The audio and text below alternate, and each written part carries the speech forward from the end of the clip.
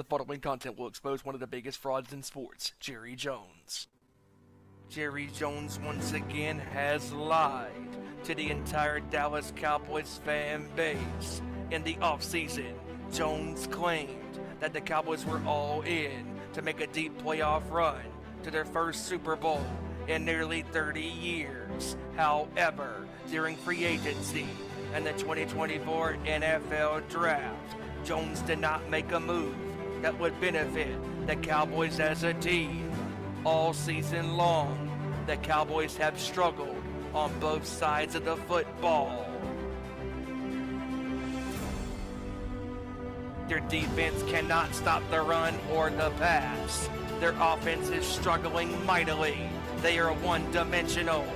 Dak Prescott already this season has thrown as many interceptions he threw all of last year. Last year he threw 9. Thus far this season, he has thrown 8. It is up to you, Dallas Cowboys fans. The question is, have you had enough of Jones's corruption on this football team in order for the Dallas Cowboys to make a deep playoff run or an appearance in the Super Bowl? Jerry Jones must step down as team owner and president of this organization. Jerry Jones must go. Again, Jerry Jones must go. I am Stephen Wyand, and I approve this message. This advertisement is brought to you by production of our Nation Sports Show.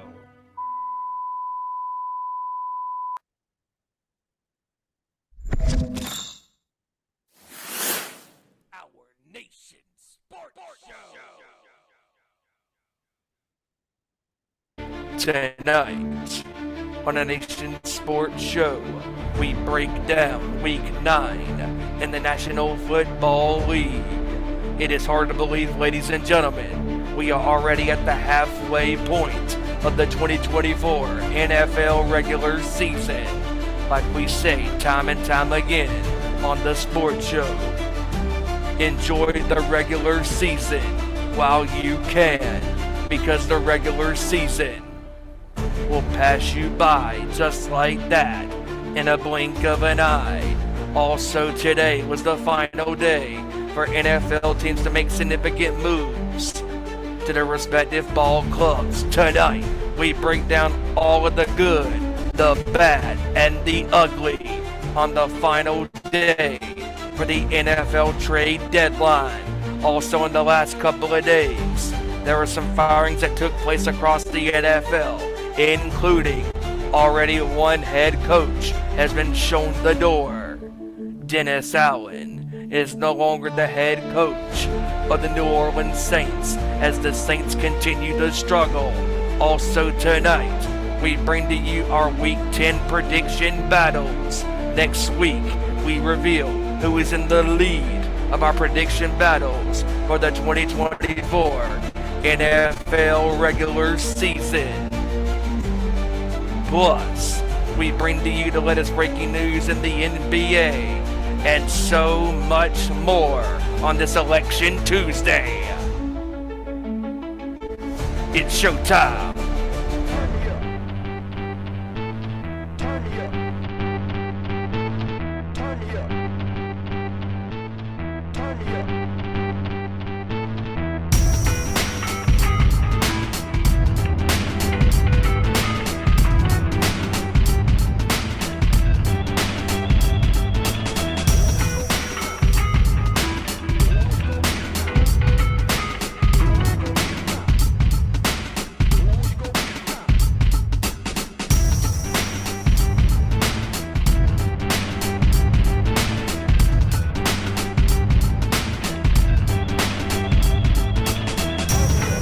Good up to the court, talking all that is sport, breaking down the latest news, scores, and more. Welcome to our Nation Sports Show.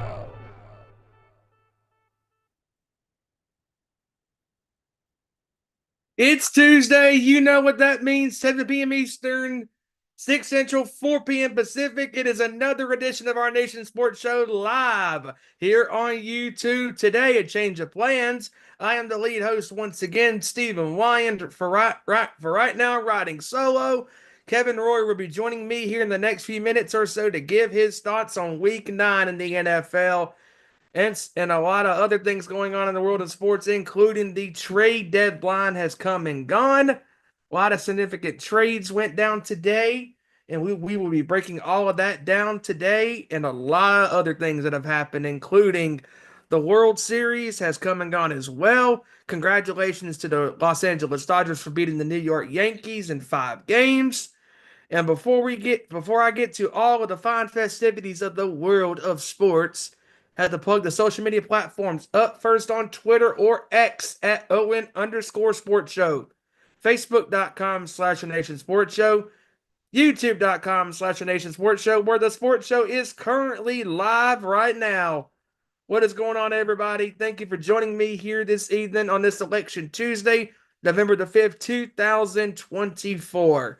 And what a very eventful week it has been in the world of sports. The NBA started last week, I believe. Yes, or 2 weeks ago, excuse me. The NBA did start a couple of weeks ago.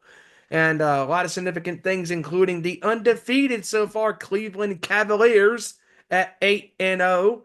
The Celtics are continuously on a roll. Golden State looking good. And the Lakers lost to the Pistons the other night. Lovely.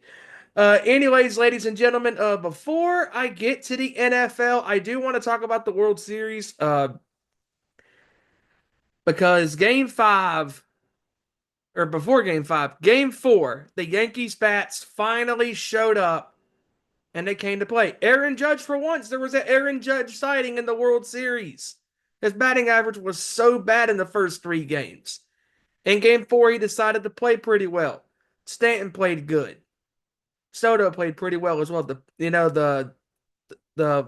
bullpen pitchers for the Dodgers could not get out the hitters of the Yankees, man. They came to play and they finally won a game, and then they dominated pretty much the entire game. There was a couple of times where the Dodgers did kind of put a little scare in the Yankees in Game 4 where the bases were loaded, but Yankees got out of the jam, and the Yankees ended up winning 11-4, forcing it to Game 5 on Wednesday night. New York came literally out swinging in Game 5. Aaron Judge and Juan Soto and Stanton and you name it. They came to play in the first 5 or so innings, and obviously can't forget about the great Garrett Cole, the ace of the Yankees, who was playing pretty well up until Aaron Boone decided to pull him from Game 1 and had that disastrous bottom of the 10th inning against the Dodgers, bringing in a pitcher that hadn't pitched the inning since September the 8th. Then in Game 5, Yankees were on a roll. Had a couple of home runs, then a couple of runs batted in on singles and doubles. It's the top of the 5th inning. They're up 5-0. 5-0. Garrett Cole is having a good game. Yeah, they get the Dodgers started to get hits on him. Had a couple on base. And then the biggest reason why this lead got away from the Yankees is because of the very bad defensive errors by the Yankees. Specifically, Judge. Dude, you've been making plays like that all year long. And in the biggest series of your life, you choke. You choked. Essentially, 5-0 is now the new 28-3. For those keeping score in the NFL with the Falcons and the Patriots from Super Bowl 51 in Houston in 2017. When you look at the grand scheme of things on why the Yankees fell under pressure and crumbled, the moment, I think, was so big for a lot of these players. Because the majority of these players have not been to the World Series. Anthony Rizzo, if you remember, has been to the World Series and won the World Series for the Chicago Cubs against the then known Cleveland Indians in 2016. ending the Cubs' long drought of going on without winning a World Series. But Rizzo obviously was battling injuries to his fingers while he was batting. He still showed up and gave it his all, unlike Judge did the majority of the series. So, anyways, back to the fifth inning. The amount of errors that got the Dodgers back in this game. There's one error that the error that comes to my mind. Speaking of Judge, Garrett Cole throws a pitch. I believe Hernandez was at bat. I believe he was. Hernandez hits the ball pretty good. Judge goes to field it, and then he stops. And Cole's thinking, oh, I can get him out. That's on Judge. Don't hesitate. Make the play. You're in the World Series. It's do or die for your team. That was one of the errors that happened. And then a couple of more miscues on catches that could have resulted to outs. At most, the Dodgers could have only scored one run in that inning. They had 2 outs in the top of the fifth. And a couple of times the bases were loaded that led to runs being scored on flyouts. That led to, on flyouts and stuff. It is mind-boggling how bad Aaron Boone was during this entire series. So you mean to tell me that your ace, who has been predominantly playing well for this team all year long, in game 1 he threw 88 pitches. Who gives a shit how many pitches you throw or you don't throw?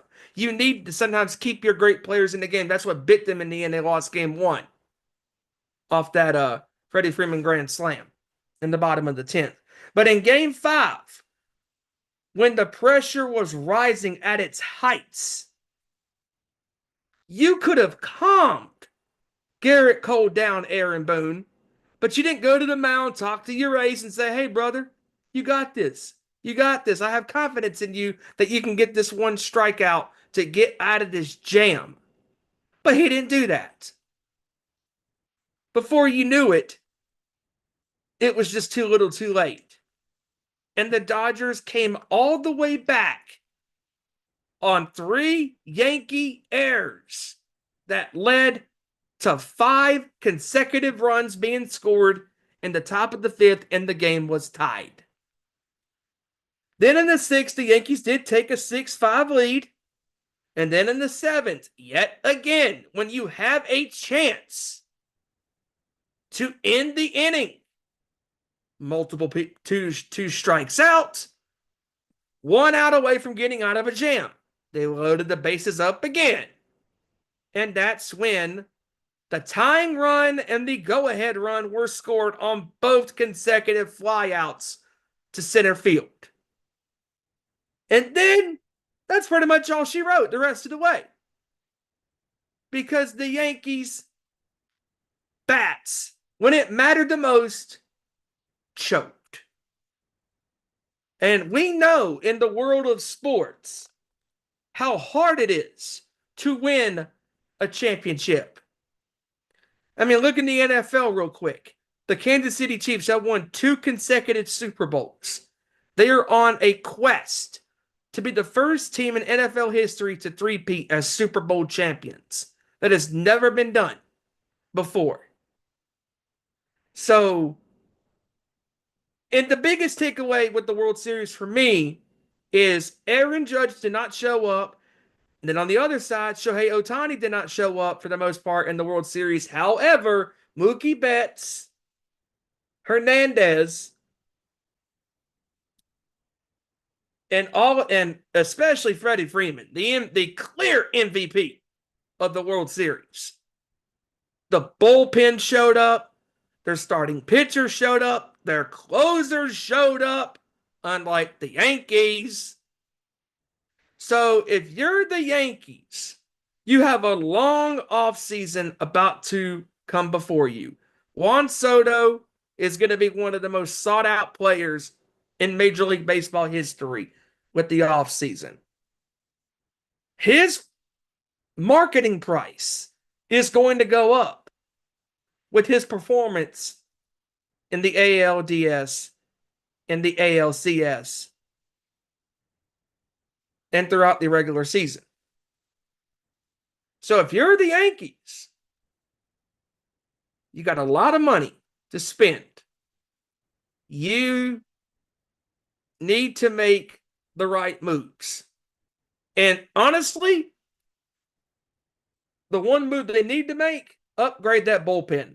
The bullpen is terrible.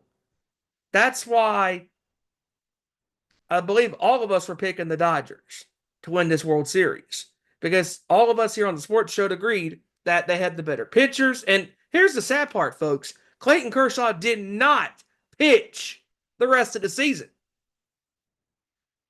So you mean to tell me that the Los Angeles Dodgers can win a World Series without their number one pitcher? You have Ohtani for years. You have the rest of this team is going to be here for a little while to come. They could win another World Series. But the Yankees? That's a little in doubt. Because as we all know, again, like I just said a few minutes ago, it is hard to win consecutive championship series, let alone world championships in any sport. The pressure of the Yankees is going to rise to a super high level come the offseason.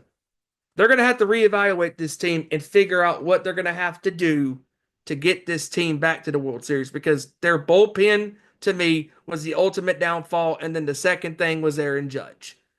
Aaron Judge and the rest of the batters from 4th, 5th, 6th, 7th, all the way down to 9th, the majority of the batters did not even show up to play.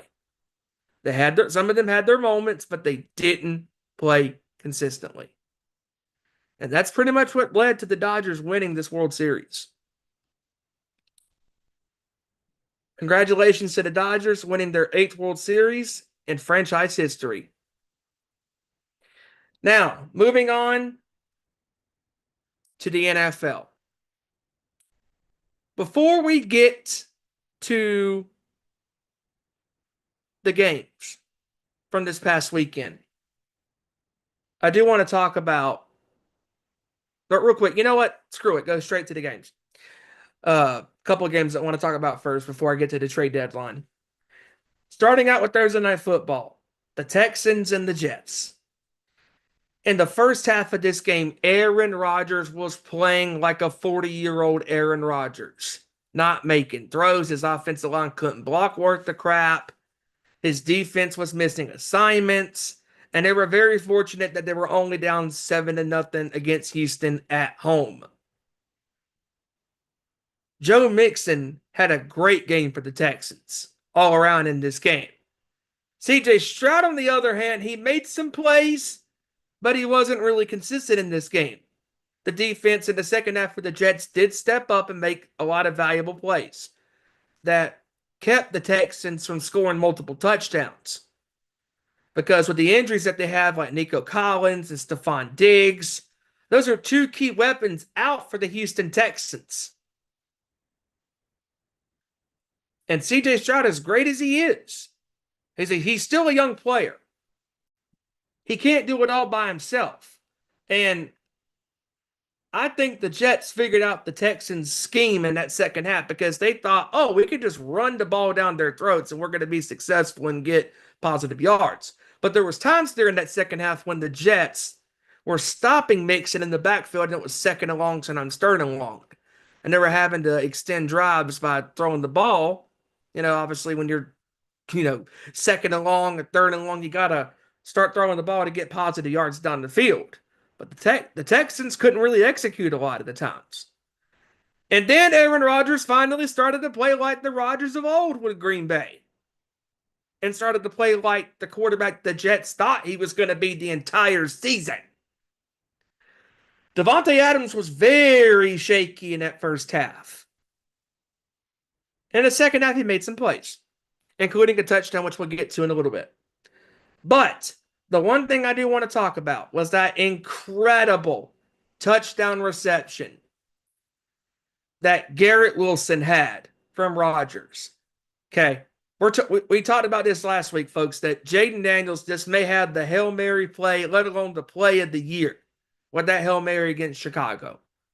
But that touchdown, as far as a singular touchdown, when it comes to not being a Hail Mary, it's just a regular throw, not in in-game situations. It was an incredible throw, and Wilson had to concentrate to make that catch and stay in bounds, and he did. Hell of a catch, hell of a play by the Jets, and by the Jets to ended up taking the lead. And then the Texans kicked the field goal. I believe at the time it was 14-10. Yeah, 14-10. And then this is where the wackiness gets involved. The Jets had a couple of drives where they drove and they stalled a little bit. And then the Texans get the ball. And then they're driving down the field, the Texans are. Then the Jets had a couple of boneheaded plays that gave the Texans a first down, including, wait for it, in Jets fashion, roughing the snapper. Yes, I just said it, roughing the snapper. The Texans, however, could not convert a touchdown in the red zone. They kicked the field goal. And then they had a chance after they stopped the Jets again. They had a chance to, score another touchdown, maybe another field goal. Nope. How about Fairbairn does a typical Greg Zuerlein and doinks the field goal off the damn goalpost? And then the Jets capitalized. And finally, as The Rock would say, Aaron Rodgers and Devontae Adams had that connection. They had all those years in Green Bay with a touchdown reception from Rodgers to Adams that ultimately put the Texans out of their misery, and the Jets ended their 5-game losing streak, winning 21-13. Moving on to the Sunday portion of the schedule. We'll get the crappy games out of the way first. I mean, the Titans beat the Patriots 20-17 in overtime. The Saints once again lost to the Carolina Panthers, or once again lost, but this time to the Carolina Panthers, 23-22 in a wacky game.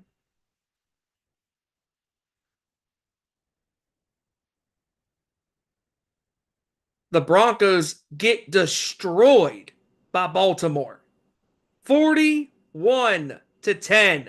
Lamar Jackson once again having a great season with the Ravens, and Derrick Henry as well. Derrick Henry in this game ended up scoring his 100th touchdown in his career.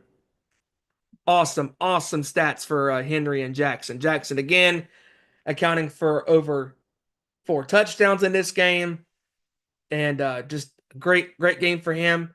And speaking of a great game for Joe Burrow and the Bengals, as Joe Burrow, for the second time in his career, had 5 touchdown passes.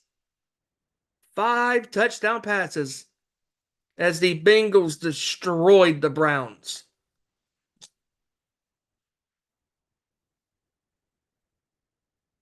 Burrow played great in this game. The offense seems to be playing pretty well. And crazy how Joe Burrow has only done this twice in his career with 5 TDs in one game. And it's not going to be an easy test for the Bengals this Thursday. We'll get to those when we get to the prediction battles. But the Bengals handled the Browns on Sunday in Week 9. Final score was 41 Cincinnati. 41 Cincinnati, 24 Cleveland.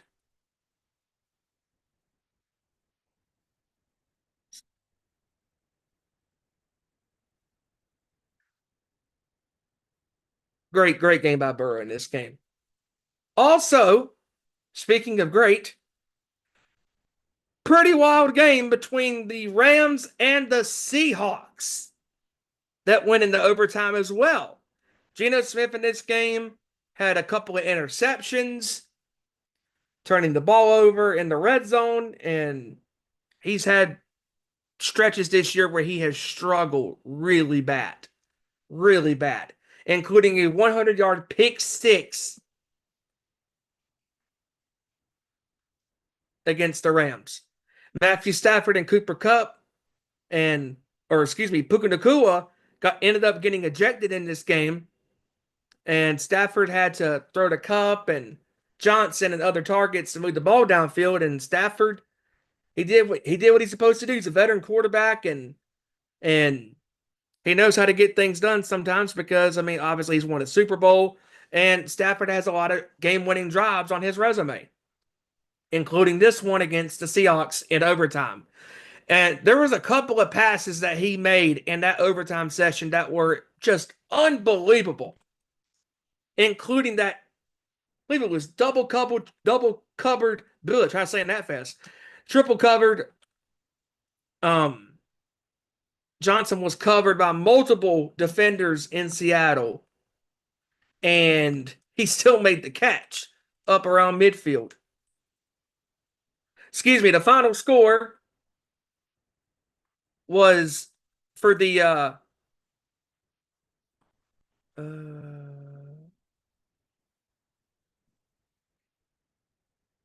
wrong score. Yeah, I believe it was 41-24. Let's see. Going back to the scores.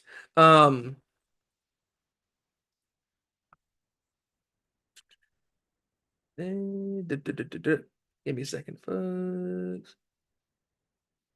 Yep. Oh, excuse me, not the Browns. What the hell am I talking about? My bad. I said the Browns. No, they're so shit. Anyways, my bad, folks. The Bengals beat the Raiders 41-24. Not the Browns. Typical Cleveland, they would not score. They would not score 20 plus points.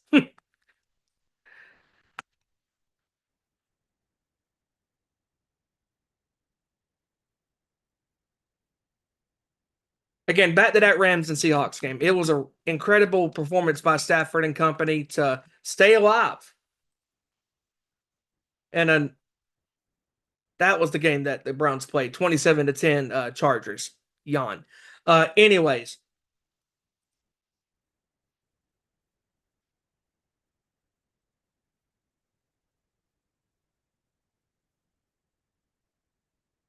probably one of the best games of Week 9 was the Dolphins and the Bills.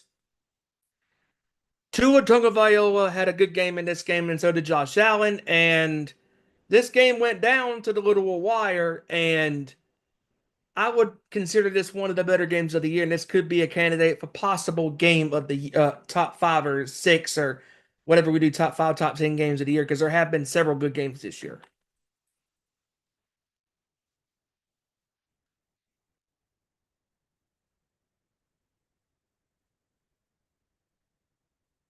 And like I said, Rams beat the Seahawks 26-20 in overtime. The Philadelphia Eagles. Now, this is one game I definitely want to talk about. Oh, excuse me. Yeah, real quick to the Eagles game, back to the Bills and Dolphins game. Philadelphia survived the Jaguars 28-23 after leading 22-0. You heard me right, folks. The hideous Jacksonville Jaguars. 22-0 was the score. And the Jaguars came back and made it the game. The Eagles made this hard on themselves, shooting themselves in the foot. The Jaguars made this a game and almost could have won the game, but Trevor Lawrence had to do a typical Dak Prescott and throw an interception. The Eagles barely survived 28-23. Back to the Dolphins and Bills game. Allen made some great plays. Tua made some great plays. And This game went down to the final minutes. It was tied up 27-27, and Tyler Bass made a 61-yard field goal for the Bills to win the game 30-27. And Buffalo continues to be consistent, and this was despite Cooper not playing in the game for Buffalo. Chicago continues to struggle. Arizona is one of the most shocking teams this year in the NFL because I honestly don't think, folks, that none of us had the Cardinals making a run right now on what they're doing.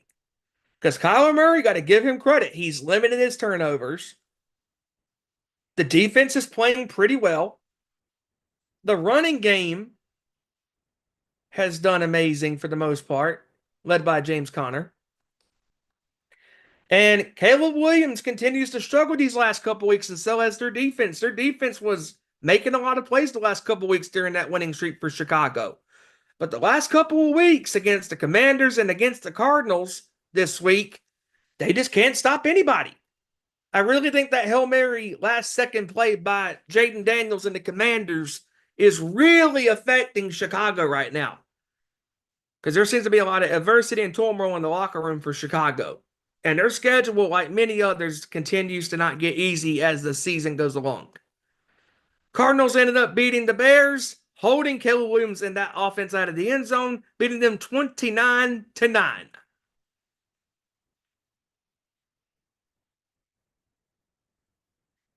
When you also look at the Week 9 schedule, I do want to talk about the Packers and the Lions game, as that was one of the big games on the schedule. And Detroit, man, I am telling you, Detroit is looking like one of the best pound-for-pound football teams this season, led by Jared Goff and that incredible offense. Amon-Ra St. Brown, Montgomery, Gibbs at running back, you name it. Sam Laporta at tight end. The offensive line's playing pretty solid to protect Goff, and the running game is getting good holes, and they're attacking the defensive fronts, and they're making all the right moves in their defense, despite losing their star defensive player Aiden Hutchinson to the gruesome injury a few weeks ago against the Cowboys, have really rebounded and have played very well. Very well.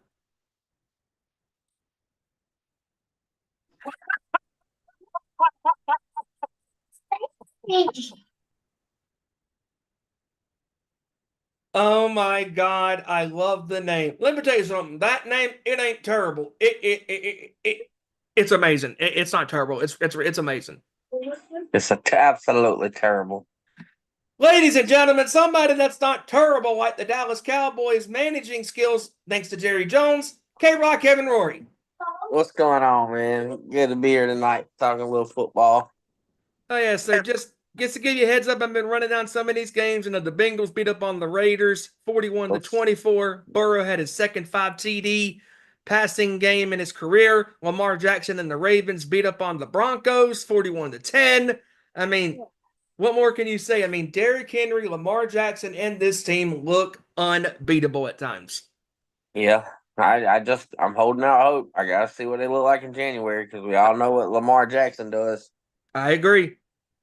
And also as well, a game that I want to talk about, and we talked about this briefly in the chat as well, Philadelphia. What the hell was that? You nearly blew the damn game against the Jaguars. 28-23. Go ahead.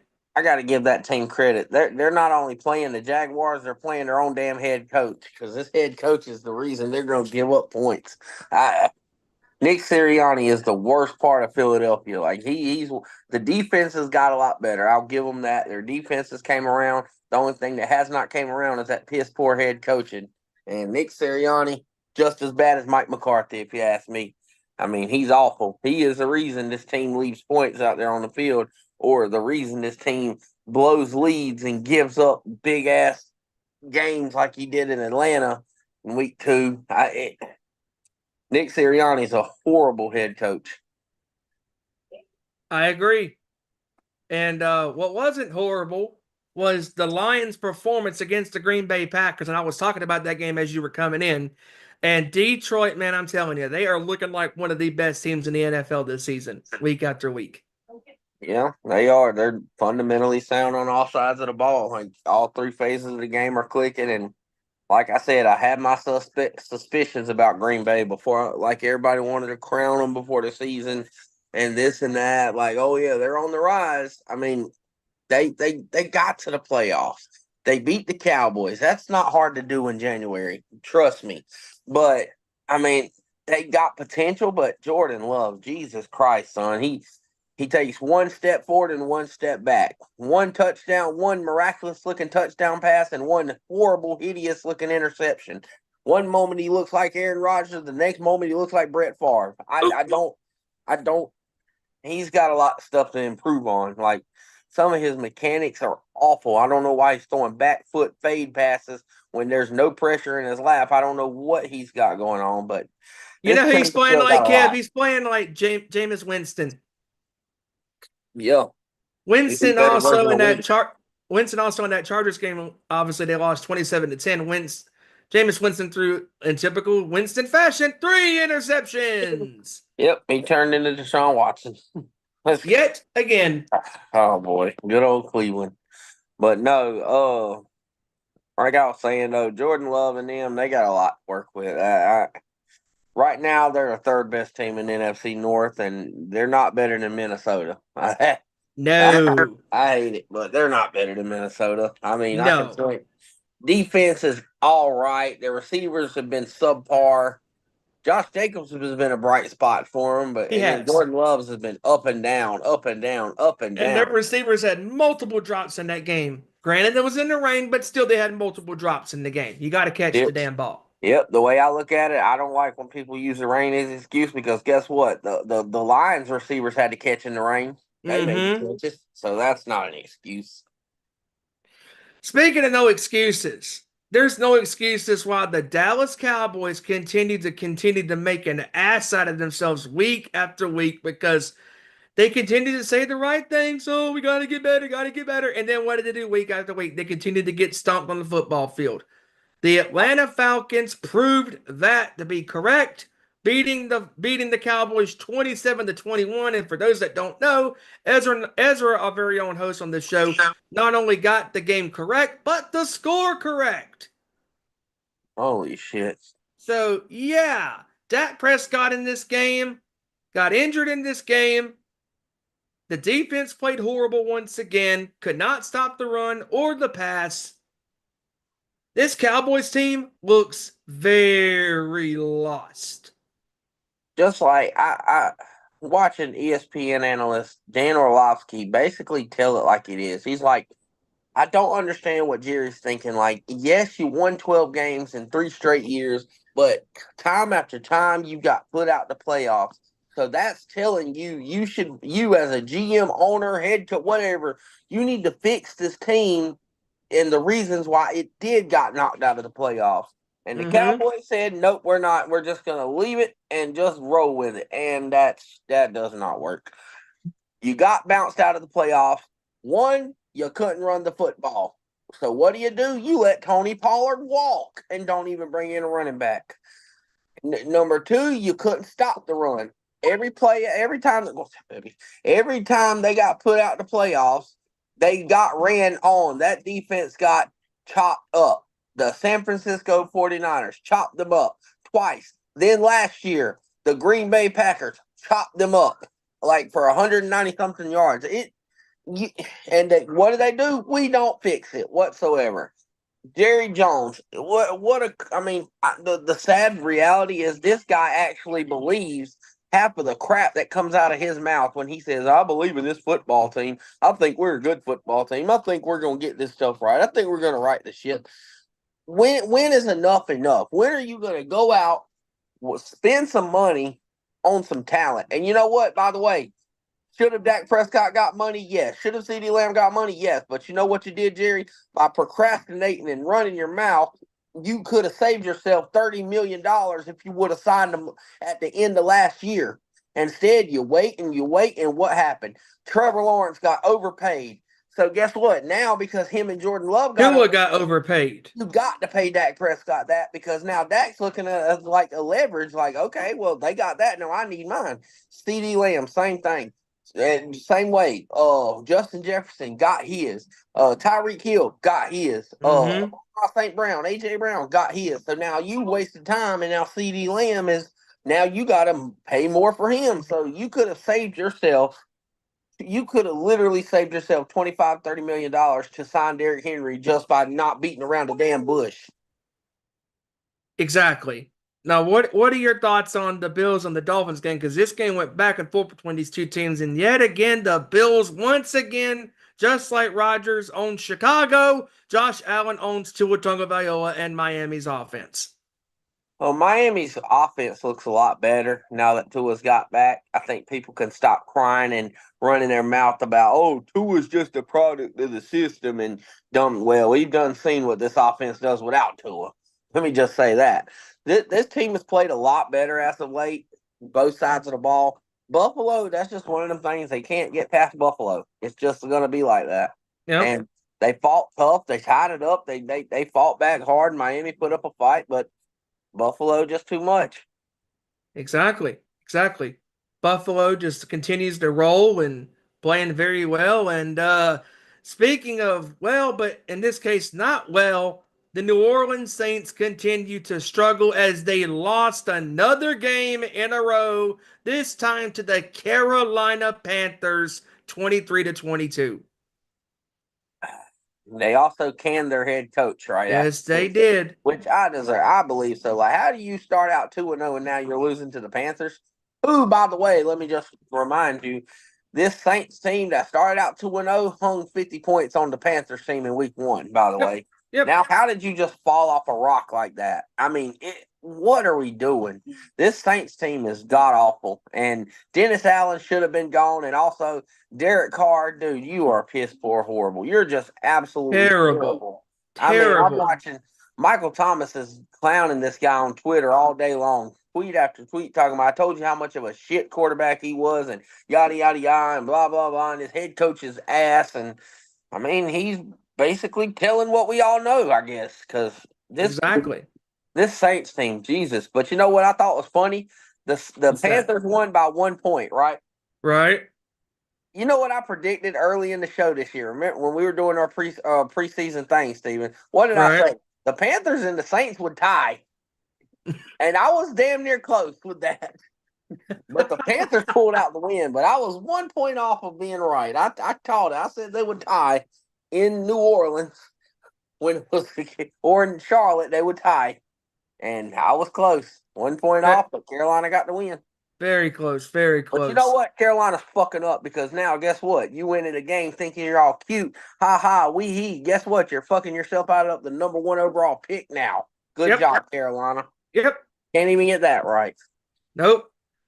Your thoughts on the Rams and the Seahawks game? Because this game was a very interesting game. Topsy-turvy, just back and forth, strange plays. I mean, Geno Smith during this game made some plays, but obviously, as we all know, he made some critical errors in this game, including an interception that went for a pick six, 100 yards, and then another interception in the red zone. Both picks were in the red zone.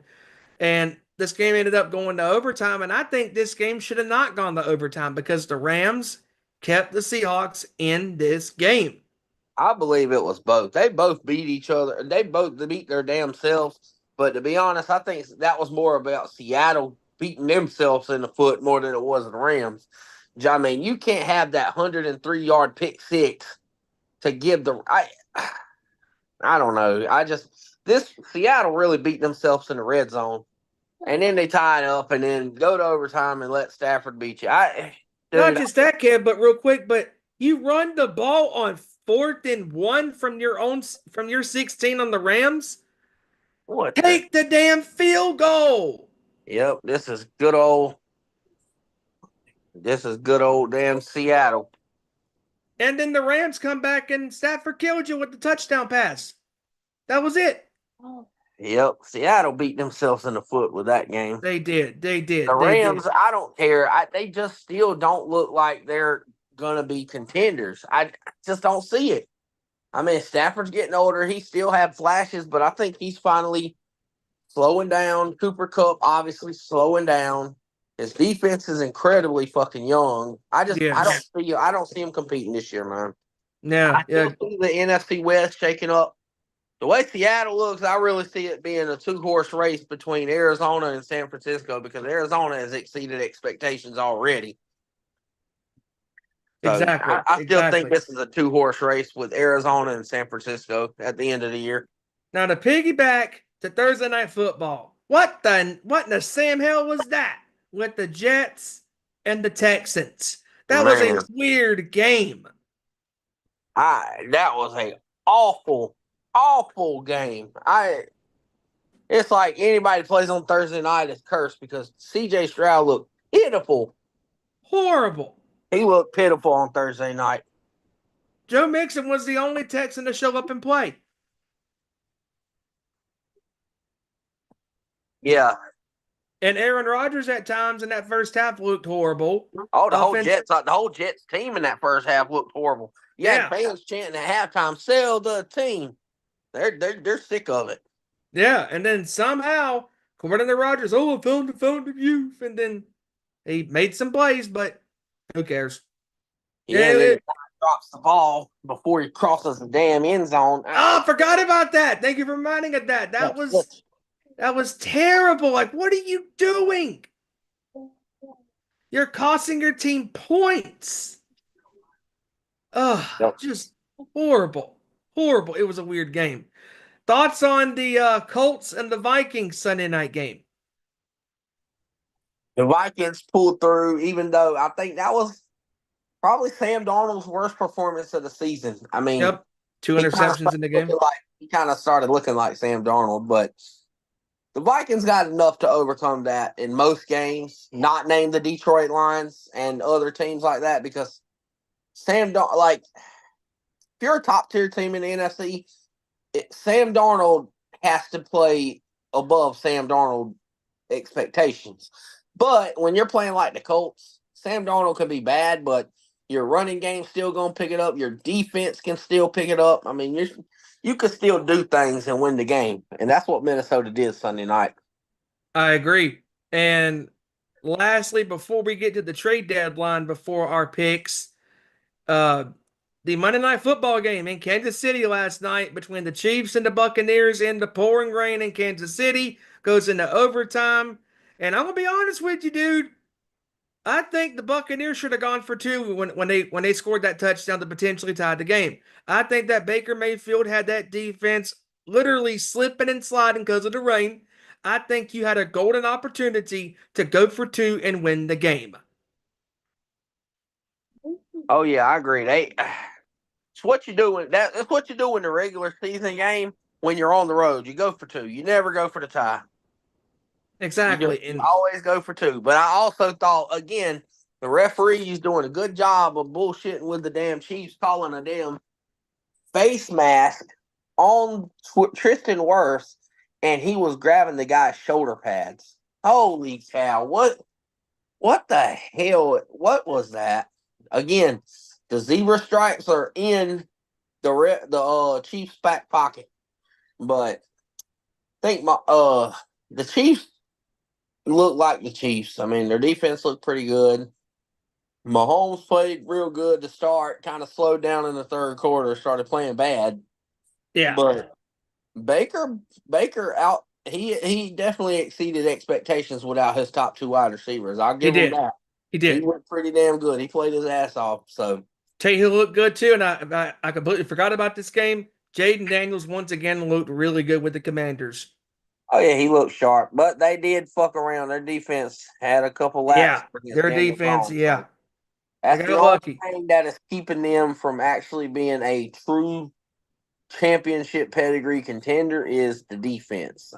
It's just they show flashes, but then they give up these plays to Daniel Jones, and you're like scratching your head. I Yeah. mean, they're still, I say, a year or two away from actually truly being up to like Detroit Lions standard of building. So if they get that defense fixed this offseason, and the trade with Marshawn Lattimore today definitely helps. Oh, great segue. I mean, going back to that though, I think I like the trade as far as a person. Like he's good. He's going to be good for him. I do think the Commanders overpaid though, and I'm not saying it on a hater level, but let me just say it, for what they got from Marshawn Lattimore, a corner by the way. The 49ers spent that for Christian McCaffrey last year. DeAndre Hopkins was traded for a 7th-round pick, a 6th-round pick. Like, I mean, you're giving up a 3rd round, a 4th round, and a 6th-round pick for a corner. I don't know, man. I think he's a good player, but you taking a risk by throwing away that draft capital. I But tell if you, the Commanders have it, then kudos to them. yep, and a team that's not taking a risk because they know they need a certain holes on their team to be filled. That is once again the Detroit Lions.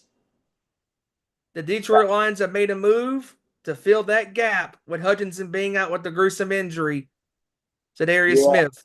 I think that was more of a Band-Aid thing because I don't think you're not going to replace the production of Aiden Hutchinson, No. but I guess that's kind of a decent pass rusher because Darius Smith is good, but he's not elite no more. He's older. He's kind of someone that stopped that bleeding though from that side. So I get Yeah. it. You're not Yeah. paying him much, so it's a low risk, high reward type of thing.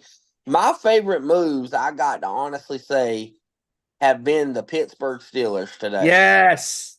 They traded for their desperately needed wide receiver 2 by going after Mike Williams for the Jets, giving him a fresh start. And by the way, let me say, Mike Williams was a beast when he was with LA and the Chargers. So you got someone Yeah, it that helped was. George Pickens out, and you also went and traded and got Preston Smith from the Packers to That's a gaping hole for man, Green Bay's Preston defense. Smith with TJ Watt and Heisman. Oh my God, that front 3 is going to be dominating. So I think the Steelers really won because they only gave up a 6th-round pick for Mike Williams and only gave up a 5th, I believe, for Preston Smith. So they plugged their holes just fine. I tell you who didn't. I tell you who didn't plug their holes. All them needs they got, and Dallas, do something, Jerry. Trade for somebody. We need an impact receiver. I'm going to go trade for Jonathan Wingo from Carolina. I tell you what, there, guys. I got a phone call today early this morning, and I got some calls from some offers, and I got a call, and we got a receiver coming to this team that's gonna help this offense, and he's coming, Dallas. He's coming to save our season, and it ain't Bingo was his name. It's Mingo was his name, and he's gonna really help out the offense. But Mr. Jones, you don't have a thing going on. What are you talking about? Do I got to get rid of you again, there, son? You mean to tell me all the receivers that were on this trade market, Mike Williams, who I just said, DeAndre Hopkins, who I just said, even Tyreek Hill, the Dolphins had kind of low key kind of wanted to throw his name out and see what offers they got. Even Tyreek Hill, and you get Jonathan Wingo? What? I mean, honestly, I feel like Wingo's cursed though. I don't know what he did to the Lord, but to go from one shitty organization to Carolina to go to another dysfunctional organization in Dallas is a real loss in life. I mean, damn, he guy can't catch a break. And what's funny about Mingo going to the Cowboys? Dak Prescott won't even be there to throw the ball for the next several weeks because he is on injury reserve. Yep, and with the hamstring injury. He ain't got no hamstring injury. His coochie just hurt. That's all that's wrong with him. He needs to bathe in some vinegar or something. He ain't got no damn hamstring injury. He was on the file. But you know what? I will say this about Dak. Hey, shout out to Dak. He at least tells the truth when Jerry Jones won't. Dak Prescott got caught on the sidelines with all the lip readers reading when he says, "We fucking suck." You know what? You ain't never lied, Dak. At least you keep it real. We're good. Jerry Jones, I believe in us. And then here's Dak Prescott. We fucking suck. Hey, at least he's telling the truth. I got love for Dak for saying that. At least he knows what shit is shit and what's good is good. Yeah, but Michael Parsons is still out there. Yeah, Micah Parsons. I heard that today on ESPN. He's like, "Well, I still believe in this team." You know the old saying, "It ain't over to the fat lady sings." Blah, blah, blah. Dude, shut up. You know what? Trayvon Diggs is more worried about getting into it with damn beat reporters than he is playing football. I don't know if I mentioned it last week or 2 weeks ago when they played the 49ers, but after the game, the guy asked him, "Are you scared to tackle George Kittle? Why were you lollygagging and jogging on the play while George Kittle was picking up 40 yards on the catch?" "Oh, you don't know what you're talking about." And then the reporter was like, "We can talk about that play some more. We can talk about it." And he says, "We can talk about these nuts." And he went in the locker room. What? Trayvon Diggs, son, what are you doing? You're getting cardio out there. You're not even running. You're scared to tackle. You're scared of contact. You're scared of hitting George Kittle. We've already seen how that saga ended with the 49ers. You're scared to hit their players. So that's all the reporter was doing, was calling you out for being soft, which is true. He's not wrong. And then, speaking of all the dysfunction, you look at Micah Parsons and Trayvon Diggs was on the podcast listing who's the top quarterbacks. And out of 10 quarterbacks, they've all said Dak Prescott was not mentioned by neither one of them. I mean, come on. Even if nobody thinks Dak is that, you got to stick up for your teammate.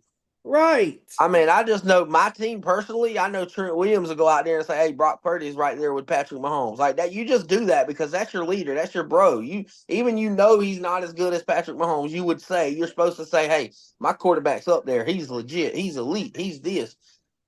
You know what they say about Dak? Nope, he sucks. No, he ain't up there. He stinks. Well, you don't do that. That's dysfunction in the organization again at its finest. And obviously, before I will be playing Joey's video here to continue this, and then after Joey's video on his thoughts on the trade deadline, we will move right into the NFL pick segment here tonight for Week 10.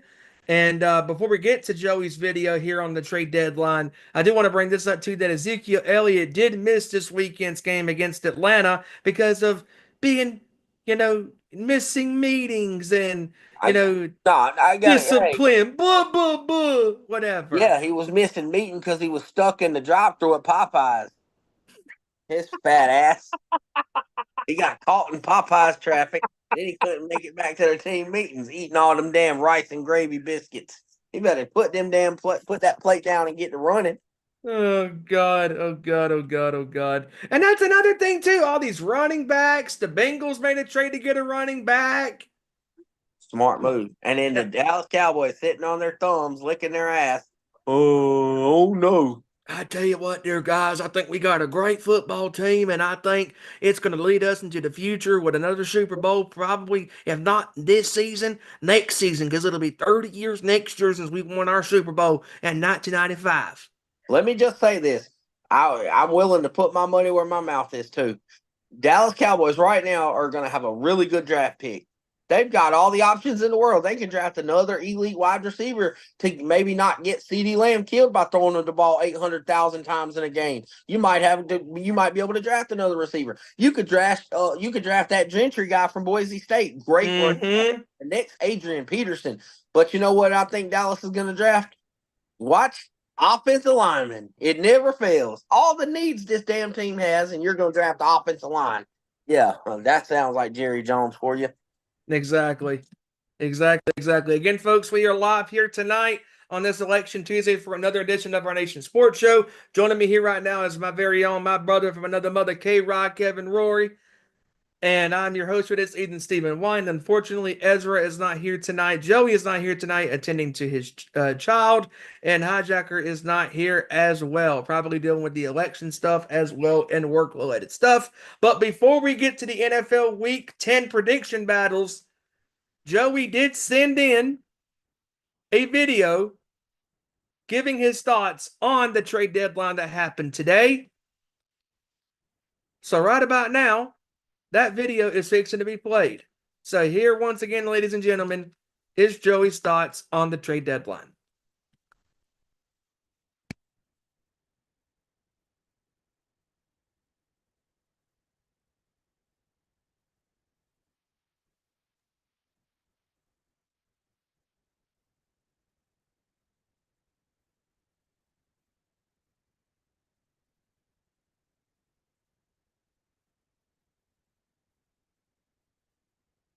Gotta love technology. Give me a second, folks. Come on.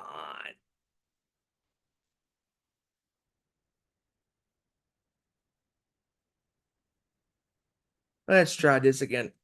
Gotta love live technology. Gotta love live YouTube stuff. We're live, pal. Let's try this again.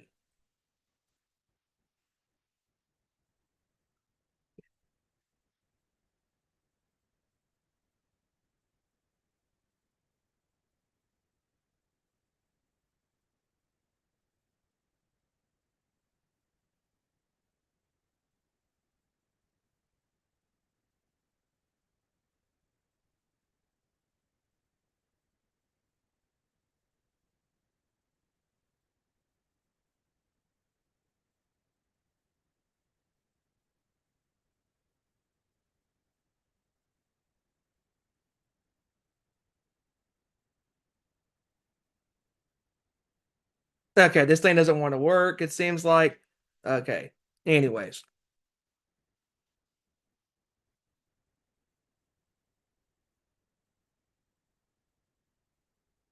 Well, I guess scratch that. We'll move right along to the week number 10 prediction battles.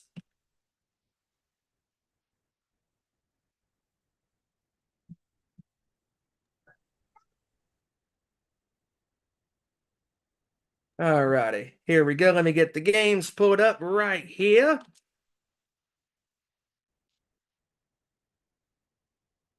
All right. Up first, we have Thursday night football. Oh, Jesus. Bengals are going to be going into Baltimore to take on the Ravens. Ooh. You know what? I called it last week. I said, or the last time they played, I said, that's going to be a hell of a ball game. And the Ravens were able to come back and win in overtime. And I'll start this out. I'm actually going to go with the Bengals this time in an upset. I'm going to go Cincinnati 31-28 upset. Ooh. Let's see. Ezra is picking the Ravens 27-24. And Hijacker is picking the Ravens as well, 31-24. Joey is picking the Ravens as well, 31-20. This game is so tough, so tough, so tough. I am going to go with Baltimore as well in a close one. Give me Baltimore and another close one. Give me Baltimore 31-27. Okay. Ladies and gentlemen, the worst game of the NFL season is going to happen in Munich, Germany. The Giants and the Panthers. Oh, my God. And I'll start with Ezra's score real quick. He has the Giants winning 17-13. Whoa. Wait a minute. Let me make sure I got that correct. Hold on, give me a If you're hearing second. about hijacker score, yes, you are correct. Did he pick the Panthers? The Carolina Kitty Cats. I don't have the score right in front of me. What's the score he got? All right, I'll pull it up. I think it's 21-17. Hijacker had Carolina 21-17 over the Giants. Yep, I got it. Okay. You know what?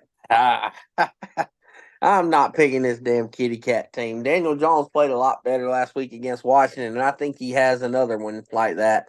Give me the Giants in this one, 24-14.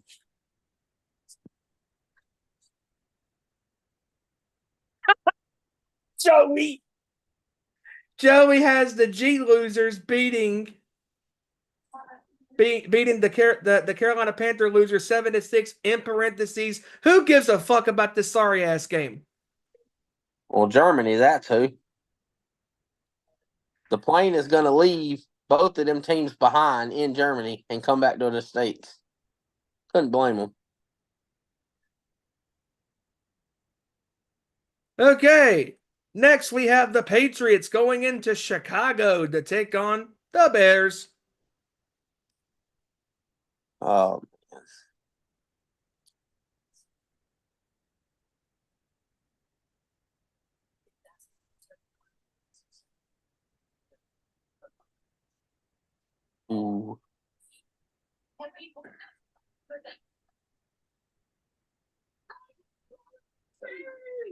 Oh man. Yes. Okay, Ezra has Chicago 24-18. And Hijacker has the Patriots 17-16. Oh dear God. Oh, it's gonna be a toss up because both teams and Chicago's like up and down. I'm gonna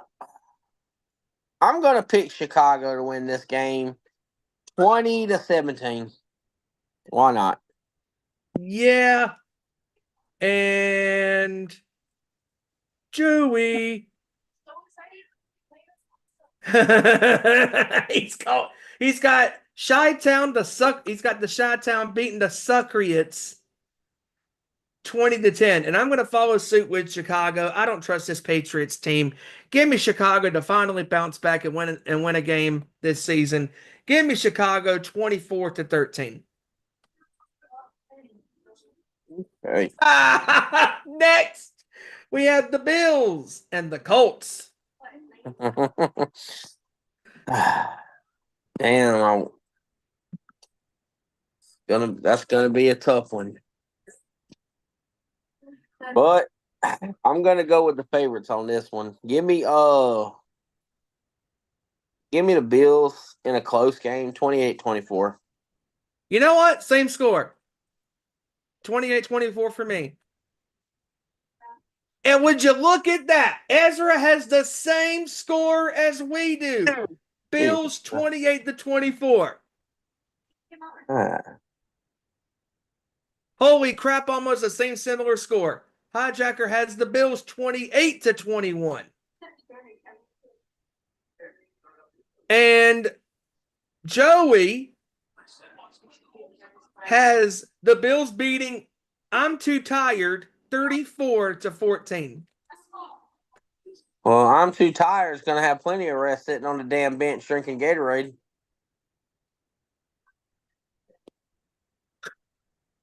Next, I love Joey's names this week. He's got the Jacksonville and Minneapolis. Well, the Joey, Minneapolis Vikings. Joey has the Vikings beating the. Oh my God, his name is great.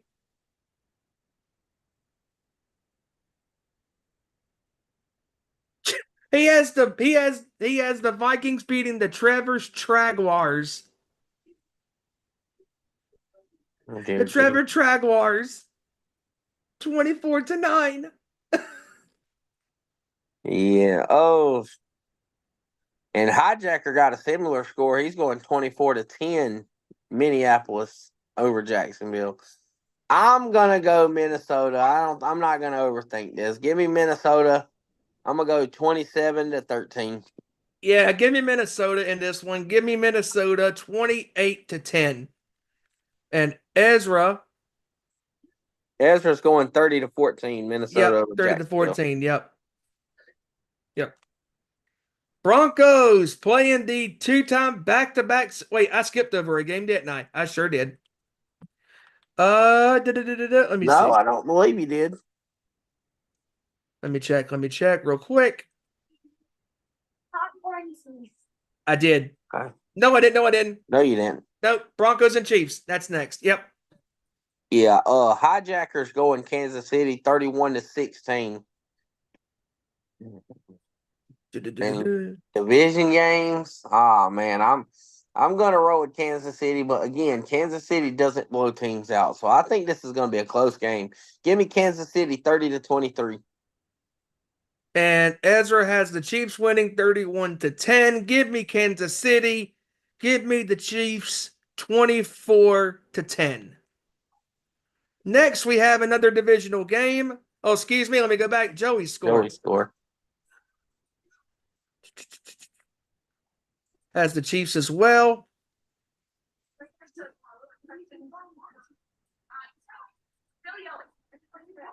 I like that. Kansas City refs. 31-17 Chiefs over the Broncos. or he's calling them the Mild High Club.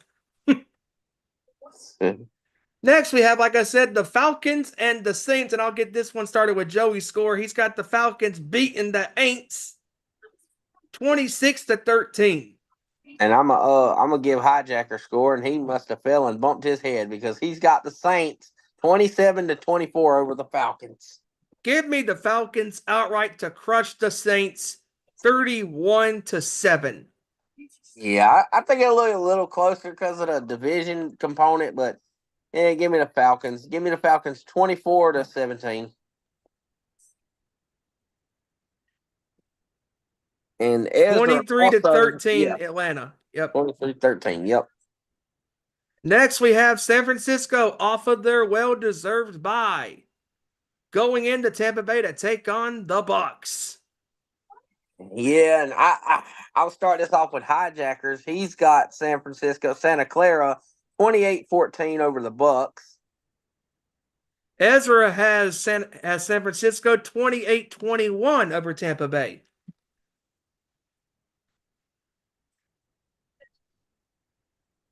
Yeah. 31-14 for Joey. In parentheses, welcome back, Christian McCaffrey. Yep. I think because of the component, I like Tampa Bay this year. I think they're exceeding expectations, but here's my thing. They're coming off a short week, Monday Night Football versus Kansas City in the rain, on the road, in overtime against a team that's got 14 days rest, coming off a bye. Christian McCaffrey coming back. Offense should start flowing a whole lot better, especially in the red zone. Give me San Francisco outright, 31-13. Yeah, give me San Francisco to win this game. Give me San Francisco. Give me San Fran 27-17. Next, we have the Commanders against the Steelers.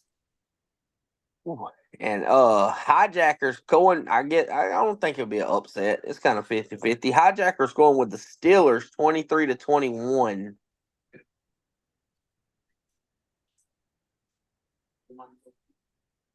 Ezra's taking the Commanders 27-20. Okay. I'm actually gonna side with Hijacker on this. I think again the defense for the Commanders, Russell Wilson, believe it or not, is playing some very good football for this Pittsburgh team. And with a new wide receiver, I think he continues. Give me Pittsburgh in a close one. I'm gonna go Pittsburgh 21-18 on a field goal.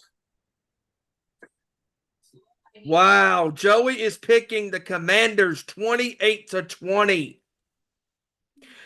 Give me Pittsburgh. It's a tough game to call because this game is, could go either way, but I'm going with the Steelers based off their defense. Based off their defense alone. Give me Pittsburgh in a close one. I think Jaden Daniels is going to have a good game, but I think the Steelers defense will make just enough plays to survive. Give me Pittsburgh in a very good game of the week.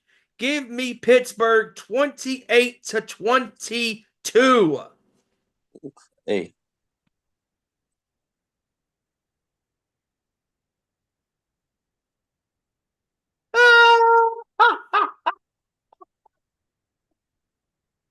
Uh-oh. The next game, the Titans game is next, and Joey's got a great fucking name for this one. Oh, no. Oh, boy. Hey. Oh, my God. I'll start it off with Hijacker score. Hijacker has the Chargers beating the Titans 17-14. 24-18 Chargers for Ezra. I think so. And this is great. Lightning McQueen's, he's calling the Chargers. 25 to Nashville's worst form of entertainment, the Titans 13. Yeah, I think the Chargers are going to, again, have another beatdown. Their defense is pretty damn good this year. Give me the Chargers and another beatdown over the Oilers. Give me 24-8. Give me the Chargers to beat the Titans that we won't remember. 20, But do 23, not remember. 20, 23-6. They're going to beat them so bad, they're going to beat them back into the Oilers. Next, we have the Jets taking on the Cardinals. Okay, don't let me down. I'm gonna go with hijacker score. He's got Arizona 23, Jets 21. Ezra, similar score. Arizona 23-20. I'm gonna go with Joey's score next. He's got the Kyler's Army Soldiers 27 over the over the Frogger's Frauds 27-14. Give me Arizona in a close, kind of in a close game, but they'll pull away. Give me Arizona to make just enough plays. Give me Arizona 24-16. Yeah, I'm gonna go against the grain here. I think the Jets are gonna give a little bit of hope to the damn idiots in ESPN to talk about. So give me the Jets an upset 23-17. Wow.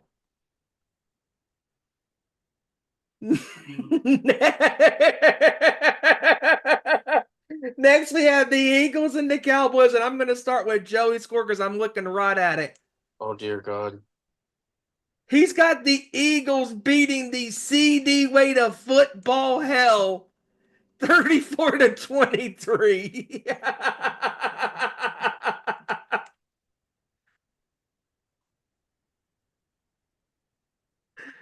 uh, Hijacker has let's see, Hijacker's got a blowout 35-16 Philly over Dallas. Ezra has the Eagles as well, 28-10. Give me Philadelphia to smash the Cowboys 31-10. Yeah, I'm going to take Philadelphia, but here's my scenario. I'm going to take Philadelphia 31-23, but Philadelphia blows a 31-0 lead. And Oh, okay. Nick Sirianni's. And Cooper Rush gets going in the second half. That's my thing. 31-23 Philly. Sunday Night Football. It is the Detroit Lions taking on the Houston Texans. Yeah, I'm going to start with Hijacker score. He's got Detroit outright 33-17 over the Texans. Also, Ezra has the Lions winning by double digits, 33-20.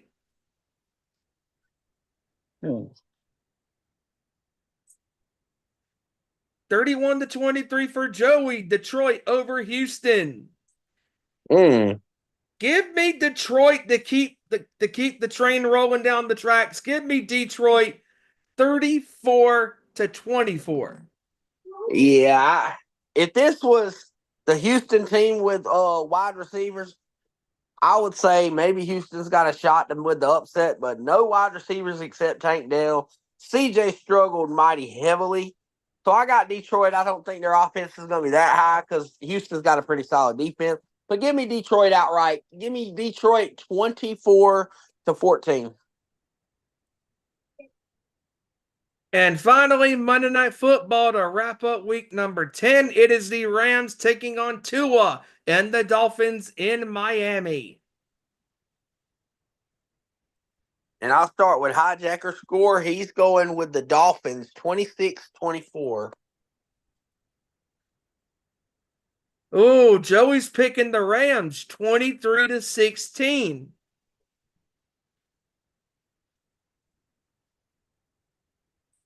And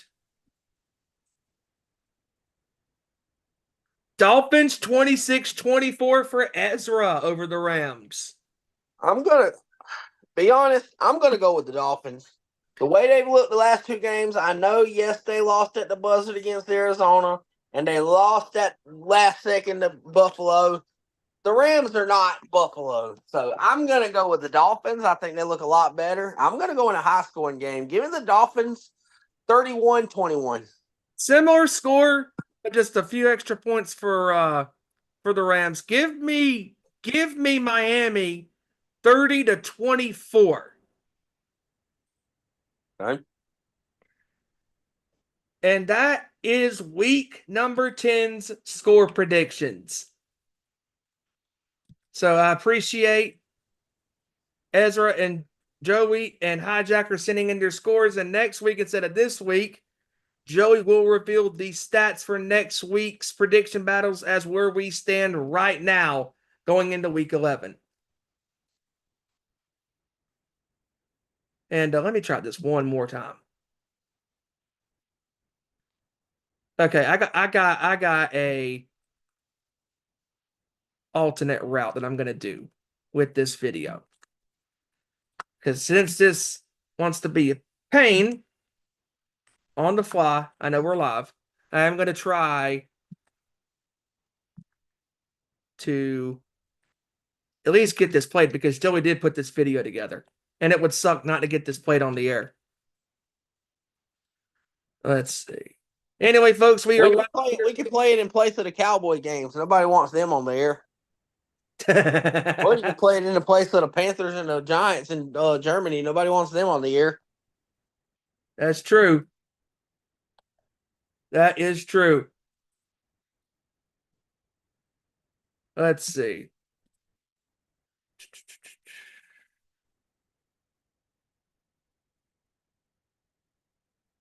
Okay, I got the video pulled up here on my media player. Now let me try this.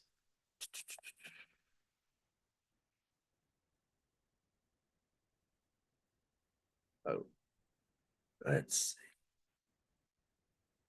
Should be very interesting to see what happens next week.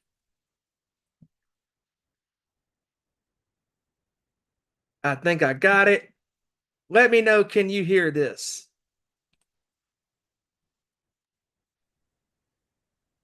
Can you hear that? I see the picture. I don't hear it. Nothing. Play it. Let's see. Because I see the picture of it, of Joey. But I don't hear anything.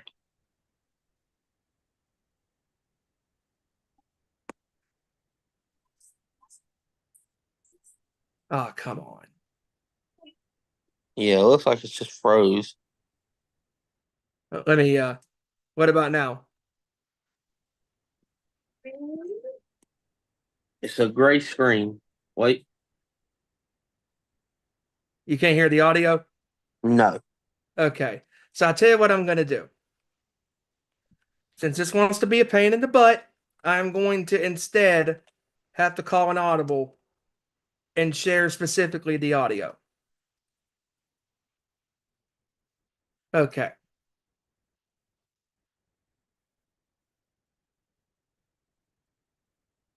Let me get this back again. Yeah, no difference than Jerry Jones on the radio crying about his team. Audio only. That's fine.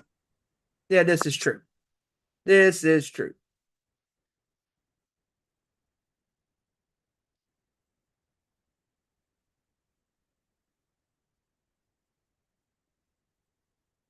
Yeah, this is crazy. This is crazy.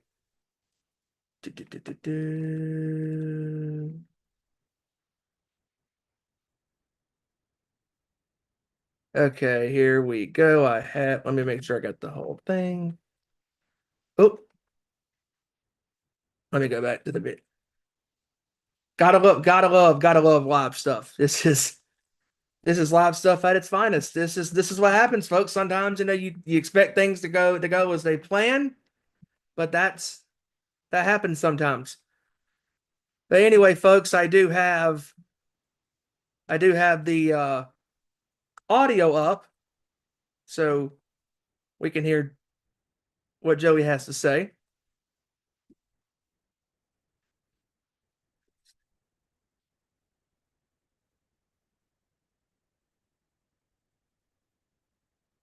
Let's see.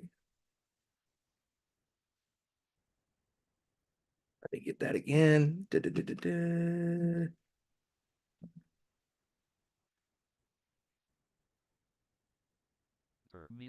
Okay.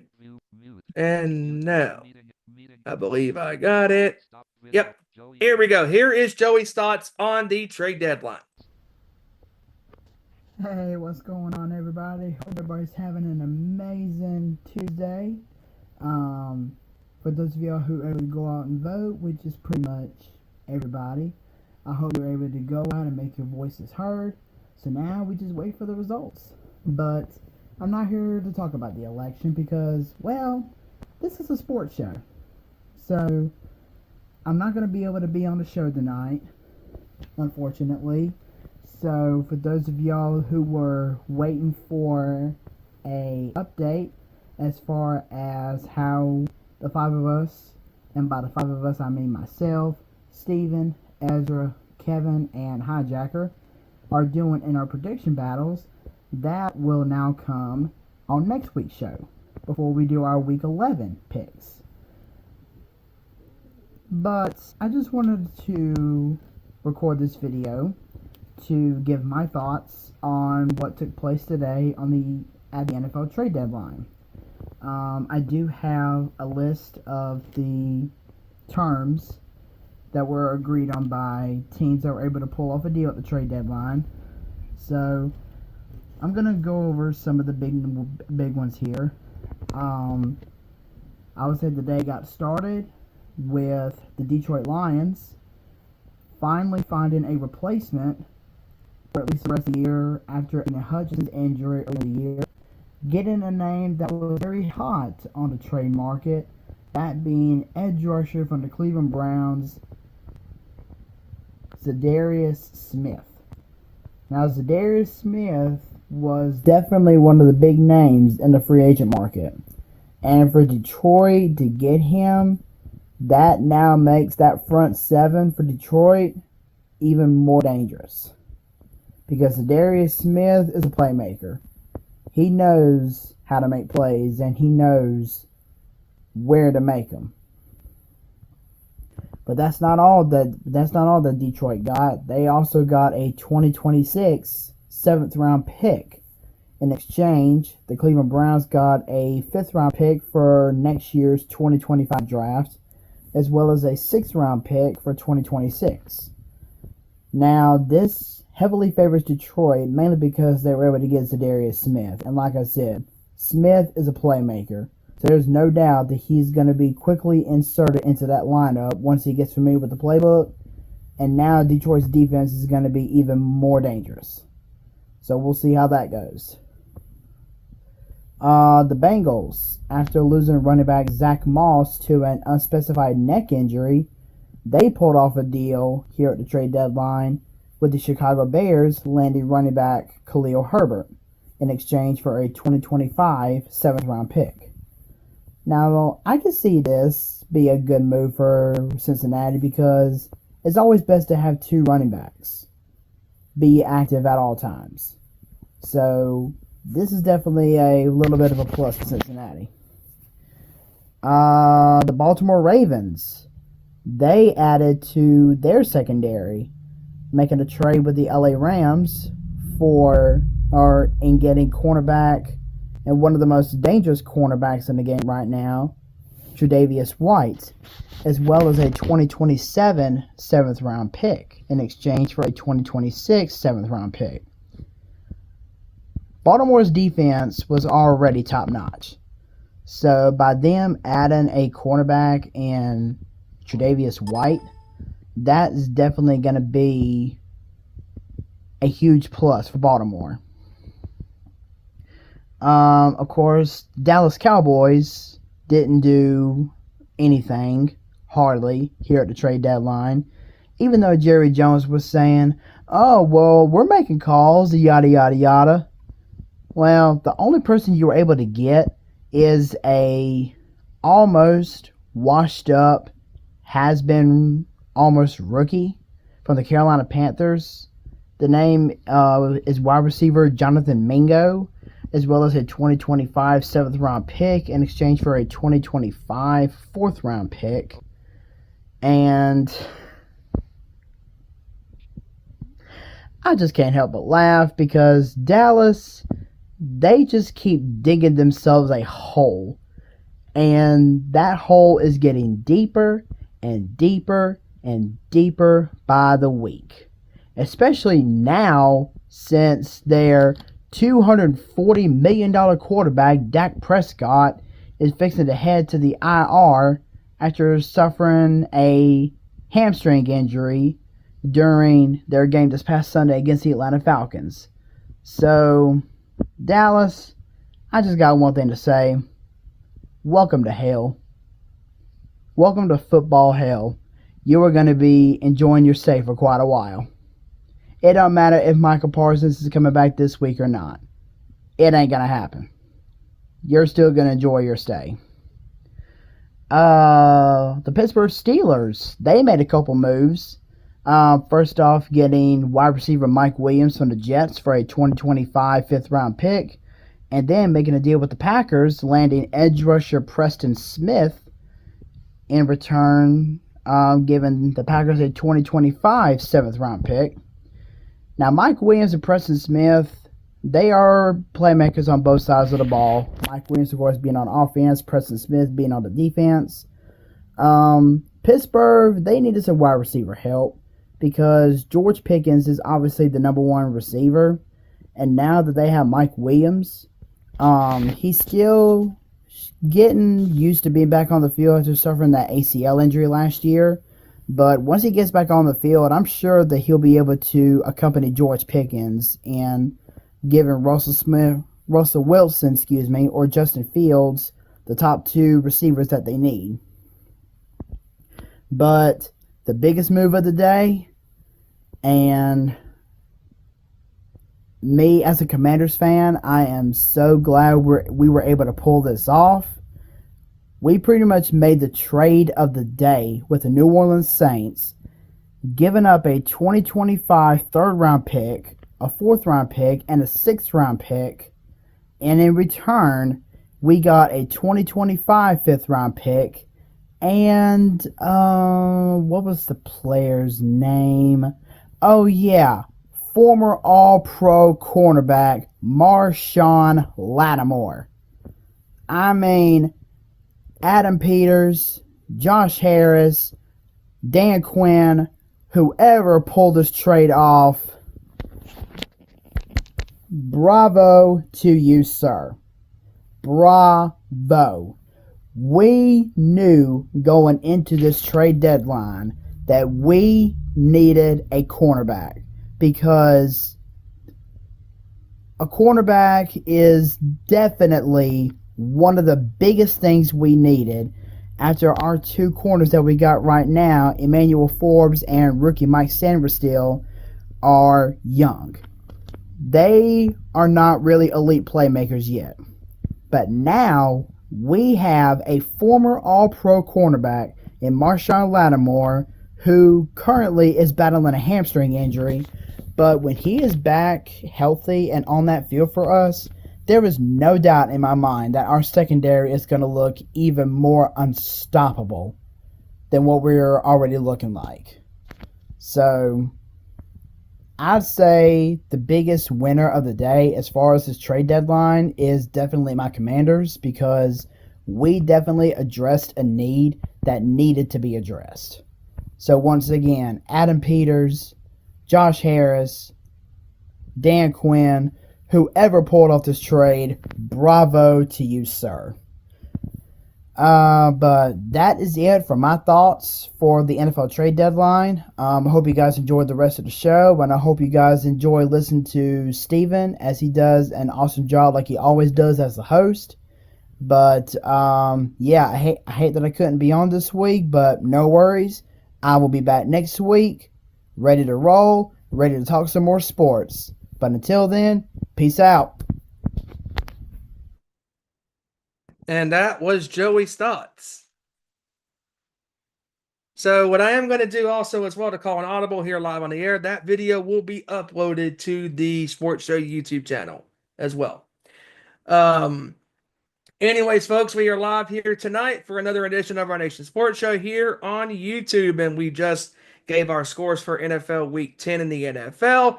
And also, before we go, I do want to talk about the NBA because the NBA season started a couple weeks ago. And one of the biggest stories coming out of the NBA so far is how good the Golden State Warriors have looked. They played very well so far. And they've been playing good. The Celtics been playing good. The Cleveland Cavaliers 8-0. Those are Yep. some of the big takeaways for me. And also, Kev, the other night, the Pistons beat the Lakers. Yep. And also Anthony Davis hurt. Knew that wasn't gonna happen. Not surprised. But that Laker team's a lot better with JJ Redick coaching them than they are with Darvin Ham. Speaking of Darvin Ham, the Milwaukee Bucks with Darvin Ham and Doc Rivers are 1-6. Oh Holy my cow, God. they stink. They can't win a game. Giannis is out there doing all he can. He's about to get out. That's a name to look for.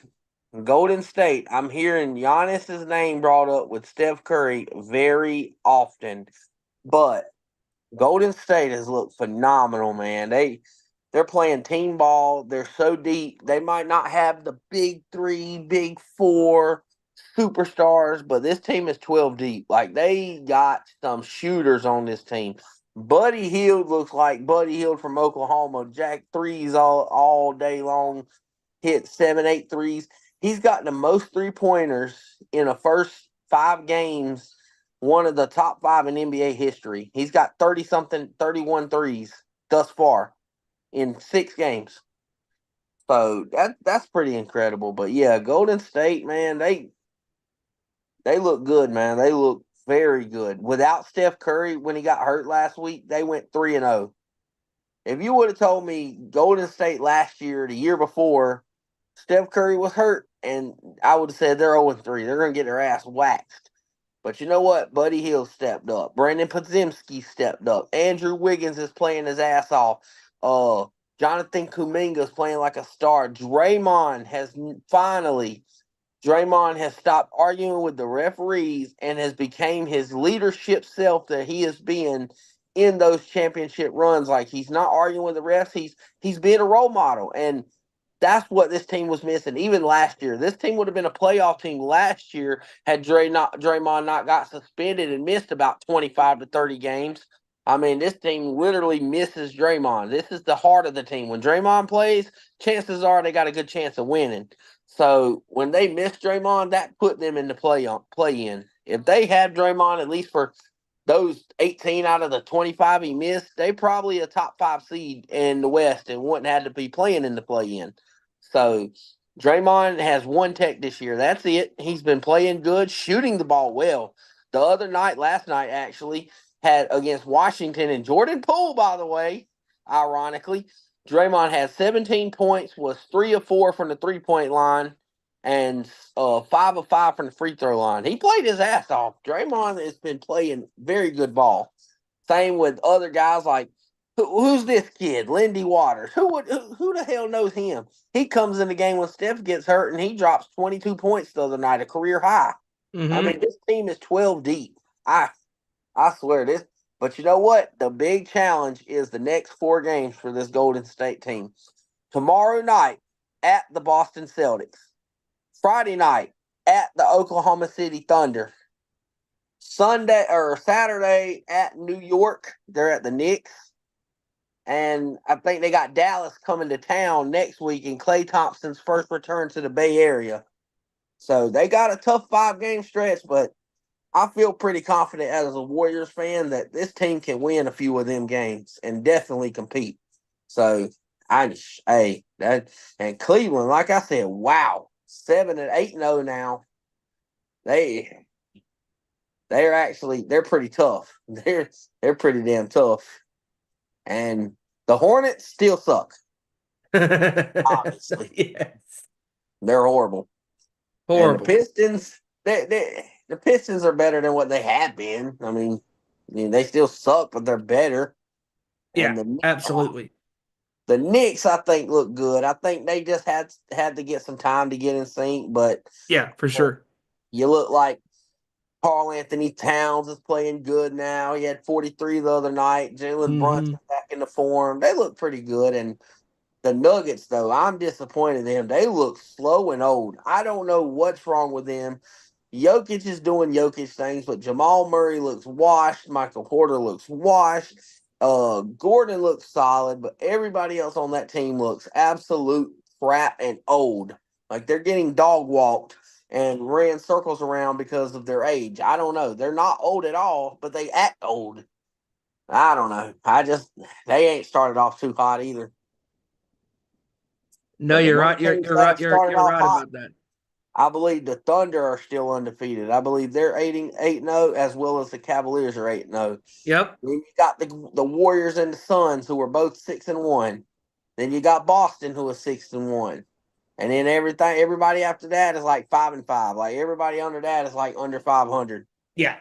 It's pretty awful. So you got like 6 really good teams right now, and then everybody else is right at 500.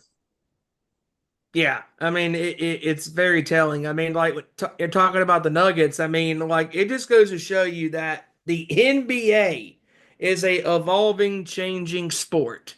I mean, Oh, basketball is a very changing sport. The NBA is a very changing league, and there are teams that sometimes they stay at the top for a while, and then there's teams that have a little bit of a run, and then they fall back down to the bottom of the rung. yep. And But the Nuggets right now are just not playing like themselves like they had the last couple of years. nope, neither is the Philadelphia 76ers. Maybe it's because MB's hurt, George is hurt. I don't know. But I But also what? want to Yeah. bring up the point. I wish people need to look at this last point on Golden State. I will say people need to look at this year's Golden State team, and can someone finally admit Steve Kerr knows how to coach his fucking ass off. I'm tired of all the people. Oh, he had Steph Curry winning him. He got carried by Steph. He got carried by KD. The guy won a gold medal coaching his ass off in the Olympics. The guy's won 9 championships as a player and a coach. The guy can coach his ass off. And by him using this 12 and 13 man rotation, which is unheard of, there's no egos in that locker room. Nobody cares if they come off the bench. Nobody cares if they get their minutes shortened a little bit one night because another guy's hot. That is coaching. That is all Mm-hmm. coaching. Steve Kerr's rolling with the hot hand. Lindy Waters had 22. Guess what? He started the next game. Nobody was bitching and moaning about it. I believe, not to hate on Klay Thompson, but that was a dark cloud over this franchise last year, was Klay Thompson. Over the last 2 years, it was the Jordan Poole incident and then the Klay Thompson struggling and disrespect. Now that the air is clear, it feels different for Golden State. It almost feels like they're playing stress-free. They're just playing, having fun. You don't see none of the guys pressing. They're just playing loose and having fun and laughing and like just having fun being boys, like just playing the game of basketball. And it's fun to see. And it's fun to watch them play that way too. Yeah, especially when it's your favorite team. I mean, like, like when a team is out there clearly having fun, like they clearly, enjoy going out there and putting in the work and practicing and putting in the Yep. work and the sacrifices to better themselves and their teammates around them and the coaching and all that type of stuff. And speaking of coaching, I want to bring this up too. And our thoughts and prayers go out to Greg Popovich as he is suffering some health issues and Yeah. legendary coach of the San Antonio Spurs, one of the greatest head coaches in sports history. And we're pulling for you, dude. Yep. Yeah, hopefully he'll be all right. But what about the old splash buddy? Buddy Hield has been bounced around the league, man, and I guess he finally found the right home because he went to Philly, didn't do much. With Sacramento, they made the trade to Indiana to get Sabonis that year. Buddy Hield Mm-hmm. wasn't in the right system. He's a 3-point shooter. Let's get that honest. He goes to Golden State, and Jesus Christ, he has been lighting that damn thing up. 3 after 3 after 3 after 3, and Steph is over there on the sideline loving it. Like Buddy Hield the other night, last week, 24 points at halftime, 6 3-pointers. Holy cow. Speaking of holy cow, remember the other night when Anthony Edwards, we were here on the show, And he Oh had, what yeah, was it, 24 points at the end of that first quarter of the Minnesota game. I'm like, whoa, yeah, but it was against the safe to say Mavericks. he cooled down though because he ended up with like 29.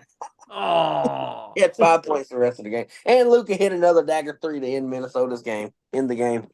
So yeah, yeah. that's what happens. But Now, it's speaking of the Mavericks, man, do you think now we know now here all of us here on the sports show we made our remarks to the Dallas Mavericks, and what they, how they got to the NBA Finals, and Kyrie during the first couple of games, was struggling. Then he finally found the groove, and then Luca, yeah, he found a groove all series, but his defense was in question. Do you think that this season can the Mavericks make another run? Maybe not to the finals, but can they make it deep in the playoffs? Because I mean, Luca's gonna do Luca things, and Kyrie's gonna do Kyrie if he stays consistent.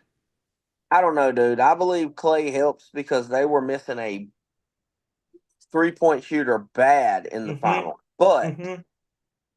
Oklahoma City, man, them boys ain't no joke. And that Dallas's best shot was last year when OKC was young, dumb, not know what they're really doing. Mm-hmm. Got a year of experience under their belt. Shea Gilgeous-Alexander and Chet Holmgren got. Then they get Alex Caruso from the Bulls, the defensive bench Great specialist. move by the Thunder. They they are actually like they're a year experience, more experienced. They're gonna be tough. I don't know if Dallas can beat them this year with Clay. And like I said, everybody's talking about who won that move, letting Clay walk. Did Golden State win or did they lose? Did Dallas win? I think it's a win-win from both teams because obviously you use that pick you got from the Clay trade. You brought in Buddy Hield. You see what Buddy Hield's been doing for you. Doesn't miss a beat without Clay shooting threes. I mean, Clay, we all know what he did historically, but I don't think he's got it no more, man. And I think that was a smart move to just break it up. I mean, it sucks, but Yeah. and I think Golden State won that deal. And also, if Clay can get a good shot going, I think Dallas wins that deal because they get a 3-point specialist. So I Mm-hmm. think it's a win-win by both teams. But only time will tell. Come March and April when the playoffs start, that's when we're really going to see those impacts. But yeah, I think the West is too tough for Dallas. Like I think last year was their best shot because I you agree. Golden State, you had Draymond in his feelings and going through a midlife crisis. So Golden State was down. Sacramento wasn't where they was. New Orleans was banged up a lot. Zion couldn't stay healthy. Still can't stay healthy. You had the Suns couldn't figure it out. But now you look at this year, even the Lakers got even better. If AD stays healthy, JJ's coaching his ass off. If AD can go out there and put up 37 and 15 a night, the chances are they might give Dallas a shot. They might give them a run for their money. Golden State can keep playing with momentum like they're playing. They could give Dallas a run for their money. We know what OKC is. I don't think Dallas can beat OKC. Denver, if they can get going, I don't know. Minnesota, they added some Julius Randle in the offseason. There's a lot of teams out west that, and even Sacramento with the addition of DeMar DeRozan, a Mm-hmm. clutch shooter, Hell of a move by the, clutch by the shooter. Kings. If you need a game-winning shot, pick your poise. Who you want? Sabonis, DeMar DeRozan, or De'Aaron Fox? De'Aaron Fox was clutch player of the year 2 years ago. So Mm-hmm. you pick your poison. It don't matter. I'm just saying And that. you brought up the Bucks. I mean, my goodness gracious, what in God's name is this basketball team? I mean, this team, since last year when Doc Rivers came over after coming out of the booth with Mike Breen and, calling NBA games on ESPN, ABC, this team has been ran into the damn ground. It's not even funny. Yeah. Not even funny. I mean, their defense is terrible. Clearly, the move with Damian Lillard is not working. You know, No. this will go down as one of the worst acquisitions in NBA's history. I believe that's the back burner of the worst. I don't even think that's the worst. The worst is firing AJ Griffin, the head coach, who had a 30-6 record, second in the East. You fire him for no reason just because you see Doc Rivers and it's like eye candy. Now where Right, are you at? right. They were Now 30 and where are 6. you? Nothing. They were in 30-6. You fire him, you get Doc Rivers bum ass. You suck after that. You get blown out in the first round of the playoffs. Then the next year, this year, Damian Lillard, or last year, excuse me, you trade your best underrated superstar, unsung hero, Drew Holiday, for a bag of Lay's chips, and you get Damian Lillard, who Damian Lillard's good for you one night out of like 5. He's so inconsistent. Hell, just the other night he had 40 points, and then the night after he had 4 points. I mean, he doesn't play defense. Giannis is by himself. If I'm Giannis, I'm trying to get the hell out of Milwaukee. You did what you did. You gave him a championship. That's the best they can ask for. You did it by yourself. Time to go join up with another star, and let's see what you can do. I agree. Hell, you done did what you could for the city. You did more than Kevin Durant. You delivered a championship by yourself. Mm-hmm. You did what Steph Curry did in 22. You did what Jokic did the other year. Yep. I mean, you delivered a championship by yourself. That's all you can ask. Time to get out of Milwaukee. As long as Doc Rivers and Darwin Ham's on that bench, Jesus Christ, son. This is like a bunch of kindergartners running the show. Exactly. Yep. In the words of Bray Wyatt, run, because it's not going to get better. No, it's not at all. No, it's not. Again, folks, we are live here today on our Nation Sports Show here on this Election Tuesday. You can follow us on Twitter at ON_Sports Show, Facebook.com/Our Nation Sports Show, where we are live at YouTube.com/Our Nation Sports Show. And also don't forget to follow the Nation's Corner on Twitter at Nation's Corner, Facebook at Nation's Corner, and YouTube, where they are live on most Saturday nights, unless there's not a wrestling event happening around the same time, 7 p.m. Eastern, 6 Central, 4 p.m. Pacific time at youtube.com/The Nation's Corner, where the guys and gal talk about all things professional wrestling. And very, very interesting week in wrestling this week, as NXT will be going to Philadelphia to the ECW Arena tomorrow. They'll be going head-to-head with AEW Dynamite. And also looking forward to see what happens with the Bloodline story, as Jey Uso and Sami Zayn will be going to SmackDown this Friday. Yep, they got more drama, and they got more drama than the Dallas Cowboys. Roman trusts Jimmy but doesn't trust Jay. Jay trusts Jimmy but doesn't trust Roman. Jimmy doesn't trust Sammy. Sammy trusts Jay. Jay trusts Sammy. Sammy don't trust Roman. Roman don't trust. They got more drama than the Dallas Cowboys. Well, we'll see if they can get that situated out. If they do, they'll get it more resolved than Jones with the Cowboys. Anyways, they'll do more. They'll do more in 1 month getting that shit straightened out than Jerry Jones did in 30-something years. Exactly. I don't think I have nothing else to talk about. Yeah, anything else you want to talk about? I think I'm good. All right, final thoughts, my friend. CD way out of the playoffs, because the Dallas Cowboys ain't going there. But anyway, it was good. It was a good show tonight, and it was good talking, getting these scores in, and we'll see what kind of pitiful records we have next week going into it. Oh, dear God, don't even remind me. I mean, who would have thunk it a couple weeks ago? You were 1 game away from joining me and Joey at 14-0, and since then it's been a bunch of mediocrity for a lot of us.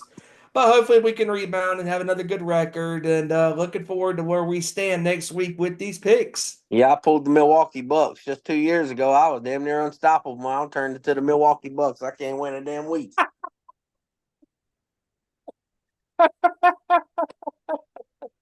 Sports betting changed my life. It fucked me up predicting. Oh, God. Don't even get me started on that, because, oof. Ooh. Dude, Sports you've had the worst luck. You've had the worst freaking luck. Yeah, it don't help that I picked Malachi Corley as an anytime touchdown in the Jets, and he drops the damn ball at the 1 before he crosses the pylon, and it messed me up out of $1,000. Thank you, Vegas. I have the worst luck with picking players for touchdowns. Oh my God, terrific! You should have picked. Knowing you, glad you didn't pick Ezekiel Elliott, because he didn't play. Hell, his fat ass! I'd pick him to have 14 plates at the buffet, but no. I picked Jamar Chase for having a touchdown, and guess what? Joe Burrow threw 4 touchdowns, and not damn one of them was the damn Jamar Chase. So Joe Burrow, I need to borrow some money, because you screwed me up by not throwing it to damn Jamar Chase. Oh man, I need to borrow some money over there, and then CD Lamb chops. I mean, what are you doing out there getting cardio, 4th and 1, running 15 yards backwards, messing up my parlay? I had you over 10 rushing yards, motherfucker. You got negative 20. But anyway, that's all I want to say. Last thought. don't let the sports betting shit fuck you up because they will. Yeah, exactly. We got worse things to worry about than that. But anyways, folks, great time with you guys here tonight. Again, sorry for the technical difficulties because that's what happens sometimes when you're live. We're live, pal. But either way, folks, that full video with the audio of Joey's thoughts on the divisional, not divisional, what the hell? The trade deadline. Getting ahead of myself. The trade deadline with the NFL has come and gone. That video will be posted to our YouTube page later tonight. Again, we are live here today on this Election Tuesday. And before in closing, if you are a proud American of this country, I don't care who you voted for. Do what's right for you. Don't listen to nobody but you. Don't let no form of media force you to make a decision. You make that decision solely on you. Do what's right for you as a proud American. And let me butt in one more time before I get off here. Don't just vote because you see somebody on a sign, because you might fuck around and vote for a realtor instead of one of the candidates. So do your research. That's right. That's right. That's all. That's all I wanted to say about this. Not going to get into politics because we are a sports show. Great show with you tonight, my brother, and looking forward to next week. Oh yeah, definitely. We'll see y'all later. Yep. See you next week, man. All right, guys. Yep. And that right there, ladies and gents, was the one, the only K-Rock Kevin Ward with a legendary name change here on the sports show. That, ladies and gentlemen, that was not terrible. It was out freaking standing. Again, sorry folks for the technical difficulties getting the video to play here on the show, but that video will be uploaded to the YouTube channel for the archives for you guys to watch, to see Joey give his thoughts on the trade deadline. But luckily, calling an audible live here on the show, we were able to play the audio for you that as well. And with that being said, I think I'm done for the day. It's been a hell of a show with you guys. Thank you for tuning in. And for those that tune in on demand, thank you very much as well. Thank you for tuning in to this special election edition day of our Nation Sports Show. We're covering the NFL, the NBA, the wrapping up the World Series coverage, and all of that good stuff. And again, congratulations to the Los Angeles Dodgers winning their 8th World Series in franchise history, beating the Yankees in 5 games in Game 5. The final score 7-6. Freddie Freeman named outright the MVP for the 2024 World Series. Thank you to Kevin for joining me tonight here on the show, giving his thoughts on the NFL and helping me out here with the score predictions and helping out running down these scores, giving Ezra, Hijacker, and Joey scores. And the guys will be back next week. And Ezra will be here, Joey will be here, and Hijacker probably won't be here due to work, but he'll be here in a couple of weeks on the 26th for a special surprise for all of us here on the sports show. And again, follow us on Twitter at Owen_Sports Show, Facebook.com/Nation Sports Show, and where I am live tonight on an Election Tuesday, YouTube.com/Nation Sports Show. And don't forget to follow the Nation's Corner on Twitter at Nation's Corner, Facebook at Nation's Corner, and on YouTube at The Nation's Corner, where the guys and gal go live 7 p.m. Eastern, 6 Central, 4 p.m. Pacific, covering all things professional wrestling. And with that being said, I am done for the evening. Again, to everybody tuning in tonight on demand, thank you very much. We will see you next week for another edition here on our Nation Sports Show, live here on YouTube. Same bat time, same bat channel. You know the drill, you know the deal. So for that being said, for K-Rock, Kevin Rory, for Ezra Vicky, for JT, Joey Thornton, for Randy Gyron, William Gyron, and everybody in between in Sportsland, I've been your host for this evening, Stephen Wyand. Take care of yourselves. Enjoy the rest of the week with your family and your friends. Go out there and vote as an American citizen. Do what's right for your choice. Don't let nobody affect you making your own vote, because only you can make the vote that counts for you in the country of the United States of America. Enjoy the sports. Enjoy the wrestling. Take care of your fine selves. We will see you here next week for another edition of our Nation Sports Show. Again, I've been your host, Stephen Wyand. Take care, everybody. Have a good one. Peace.